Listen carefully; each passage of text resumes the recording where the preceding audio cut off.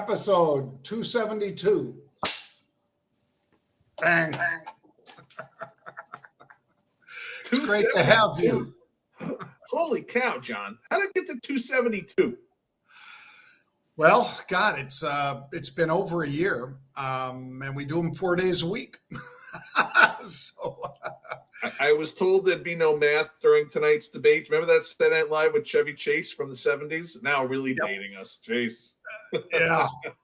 Oh, and speaking of Saturday Night Live, it was a great one this weekend. It was Bad Bunny, who's one of my compatriots down here, Mark. Yes, you hang with him all the time, I heard. All the time. We go out on Bad Bunny's boat. But he was on, and I guess Pablo Pascal, the guy that plays in Mandalorian, he was on. Lady Gaga came by. I mean, that would have been the one to break into. If you could possibly get an invite into that after party, that would have been a good one. When I was a younger man and more connected in New York City nightlife and entertainment, I actually went to a few SNL after parties, and I'm talking like in the Chris Farley days. I had to sign some NDAs, so I can't discuss it with the audience, but it should be on the bucket list of anybody that likes some interesting nightlife. Let's put it that way. Oh, wow. We'll have to try to get some of those secrets out of them, folks. It might take a lot of liquor, though.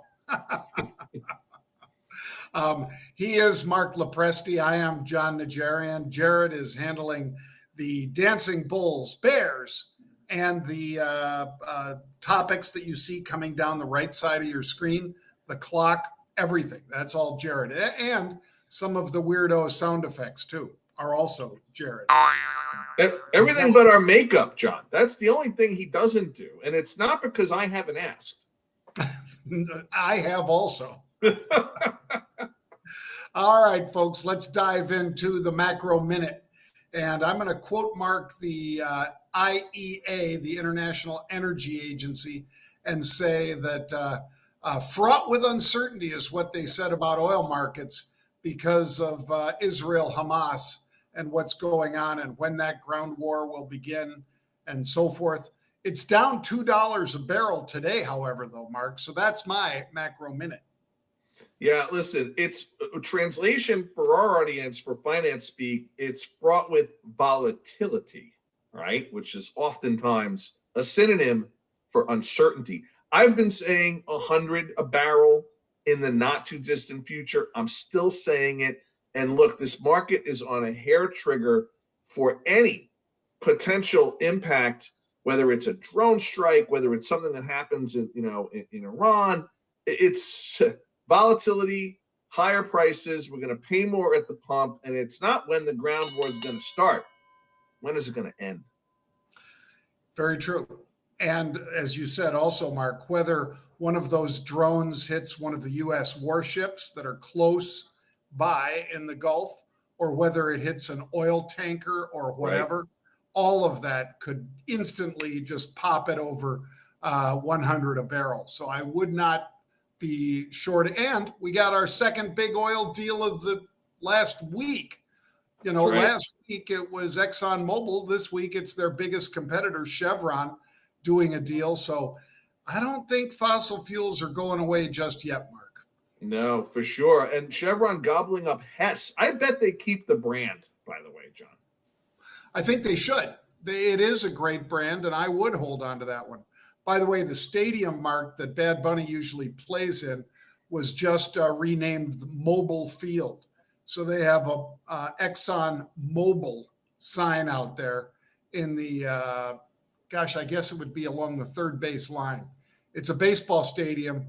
But that's usually when Bad Bunny plays, he needs an outdoor stadium, especially on this island, because he does draw the crowds. I think that's also maybe where they did the WWE event when he was wrestling for the title.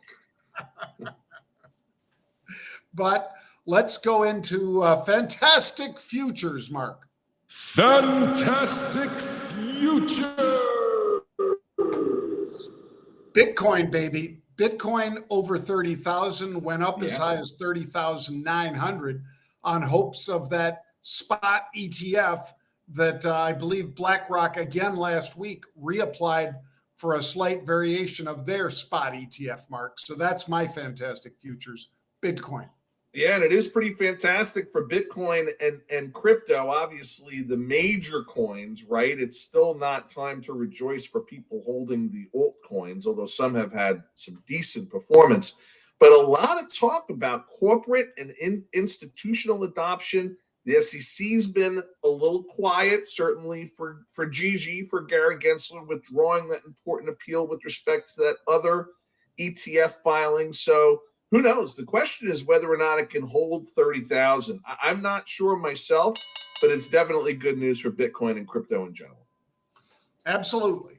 And when crypto's in the news, you can bet sooner or later they'll be talking about Sam Bankman-Fried in the news again, too, because that boy looks like he's circling the drain right about now, Mark, with Caroline coming out with some pretty damning testimony and texts.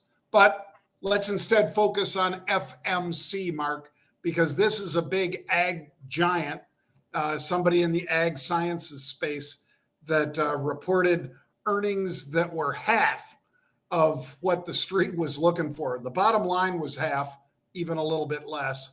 The top line, the revenue number, missed by 300 mil or more. And then they cut forward guidance, Mark. You really can't do a lot worse than they did, FMC did, on an earnings report than this, can you? No, you can't. And there's not really any sleuthing that's required to figure out why this happened, both historically and why they expect these headwinds to continue. What did these guys make? FMC makes stuff, ag tech, that helps farmers and producers of agricultural materials get more out of the ground. Stuff tends to be expensive, but it increases your crop yields. When do you not need to spend the money on that kind of yield-enhancing products? When commodity prices are through the goddamn roof, which they've been since when, John? The end of the first quarter, we've been covering in the softs. It's not stopping. It's part of what happens when we're in a monetary cycle period, the point at which, we've talked about this a lot on the show, the point at which we see light at the end of the tunnel for hikes, can maybe even start to predict cuts, higher for longer for sure, but we're in that part of the monetary cycle that tends to push commodity prices higher. I don't need the stuff FMC makes. Yields coming down, the stock coming down, not a good one, and it's going to stay under pressure for a while. Yeah, it certainly looks like it. I mean, that one was down hard today. But let's talk about one that was up big, Mark. TGH, up better than 44% on the highs. They own and manage a fleet of intermodal containers worldwide. And you know one of the largest, I guess I do through you, one of the largest refrigerated carriers on Earth. And intermodal is basically those containers, folks, that they take off of the ship and put directly onto a flat semi so that they can haul them all over to wherever they need to go. Intermodal is huge, and Stone Peak made a $7.5 billion bid for these guys. That is enough to drive the stock up 40% like that. Yeah, and an interesting deal, and I am actually very intrigued by the amount of deal activity that has started to happen in the past couple of weeks. People ask me, does that mean, is this an indication that these companies, these investors in particular, are anticipating enhanced consumer spending, enhanced trade? Seems odd in a higher for longer environment. I say no. This is that smart investors, the PE guys, the guys that do take privates, look at these companies, look at the stock prices and say, this thing's on sale. Shipping, logistics, transport will come back, and the time you buy stuff is when it's cheap. So I think that's what's putting this type of activity, and it's the PE guys that have their 2 and 20 with their LPs and don't have to borrow money at higher rates. So they've got cheaper cash to deploy when stuff looks cheap. This is a good buy. Mark's right, and the those private equity guys, folks, that's 100% spot on. You know, if you're doing leveraged buyouts, you do have to worry about interest rates. If you've already got the cash on hand and interest rates are going up, that probably means some of your targets are a little vulnerable, and hence the good deal that you could strike. That's great insight, Mark. All right, let's talk about this one. ESMT. This is one of those that's also being acquired. It's up about 12-13% today, Mark. Vista Equity Partners says that they'll pay $23 a share for them. And Edge Smart is what? It's software as a system, that sort of thing, I think. Yeah. And this is a B2B SaaS platform provider, right? This is an interesting company, a little bit of a sleeper in the software and the data space. I say all the time, don't bet against the growth of data because that would be wrong 100% of the time. I think this is another well-priced, well-positioned. Their ARR looks really, really good. The private equity guys love that stuff. They lap that up like a kitten with milk in a saucer when it comes to that really reliable long-term recurring revenue. This might be another good and one that is on a relative basis cheap. So I think it's similar to the theme we had with the last company that we covered. This is probably a good buy. Very smart private equity guys over at Vista. They do a lot of deals that they make quite a lot of money on. So I was not surprised to see this one, but I am definitely surprised to see this much deal activity, John, because the gut tells us when the cost of capital is high, deal activity goes in the other direction. But there comes a point when stuff looks cheap enough, and if I've got the cash in the bank, I'm not borrowing, go to town, start buying. That's what's happening. Absolutely. Well, let's talk about this one, Mark, because we had unusual option activity in it. Revolution Medicines. There you see it on your screen, folks. Revolution Medicines, basically last Wednesday was a $31 stock. Well, they have a cancer treatment that when you first read the release, you might think, oh, this was a great result. They made it through the trial okay, but basically it didn't do any better than just some of the most conservative estimates might have had them doing, Mark. In other words, there was no breakthrough greatness in this one. And somebody bought a lot of puts betting that that kind of result was exactly what they would post. That happened. Those puts went from basically $2.80 to at least $9, maybe a little bit more, because there you see it on the screen at $16 a share. Wow. 31 to 16, you cut the stock in half. Whoever bought those puts is a happy camper, Mark. Yeah, my two quick takeaways on that. I always worry, we do remind our viewers, I watch these, drug companies that are, between phase 2, phase 3, they've got to make it or break it. Otherwise the stock gets crushed. The other thing is don't miss the unusual. I know I read my subscriptions every single day. When those unusuals come out, I watch them. And sometimes, more often than not, I actually trade, as I did this morning. Yeah, well, this is a very interesting play. So I'd say, folks, keep an eye on it. I'm not saying it's time to buy it yet, but it is at a 50% discount to last Wednesday already. Still looks too expensive, John. Even 50% off, I'm not buying this one. All right. Let's talk about sports. Pete couldn't join us today. Obviously, Marc is gracing us with his presence. And a team that usually plays in dark green was playing in Kelly green, which is a lot more like your Jets when they go out on the field, Marc. And they've been playing well too. But very few teams have been playing as well as the Eagles. Yeah. And they came out and they jumped on the Miami Dolphins early. Then the Miami Dolphins fought their way back.